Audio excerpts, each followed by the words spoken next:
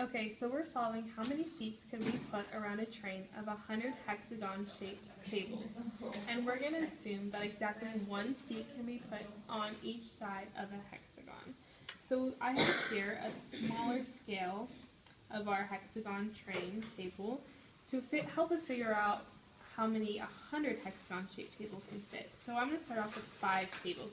I'm going to figure out how many seats I can find on these 5 tables of hexagon shapes. So what I'm going to do first is I'm going to kind of ignore these 2 outside ones and pretend like they don't really exist right now.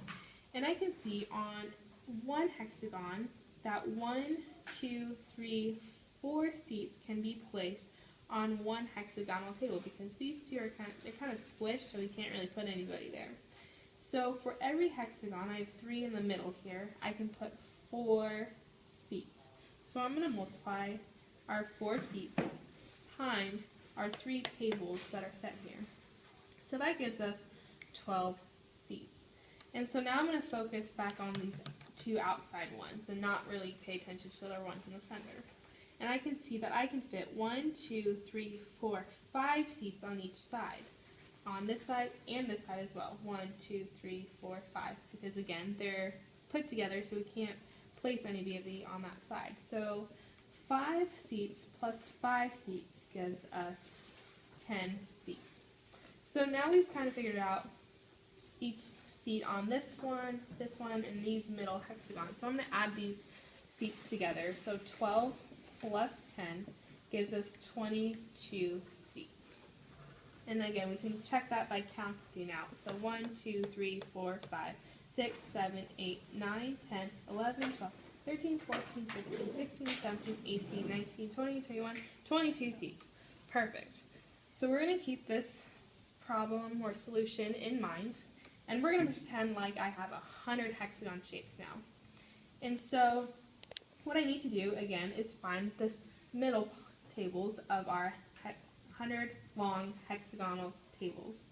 And so I know if I take away the 2 ends, 100 minus 2 gives us 98 middle tables. So I'm going to keep that number in mind. And so again, on each table, only 4 seats can be placed on each hexagon table. So I'm going to multiply 98 times 4. And that's a really big number, so I'm going to split this up.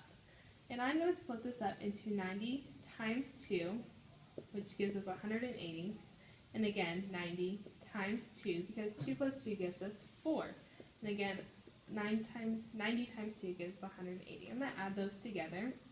0, 8 plus 8 gives us 16. So we're going to regroup. And then we have 360. And then we're still left with our 8 that we're missing. So I know 8 times 4 gives me 32. So then I'm going to add these together, 360 plus 32, to give us 392 seats in our middle part of our hexagon train table. So again, we're going to focus on these outsides and forget about our middle.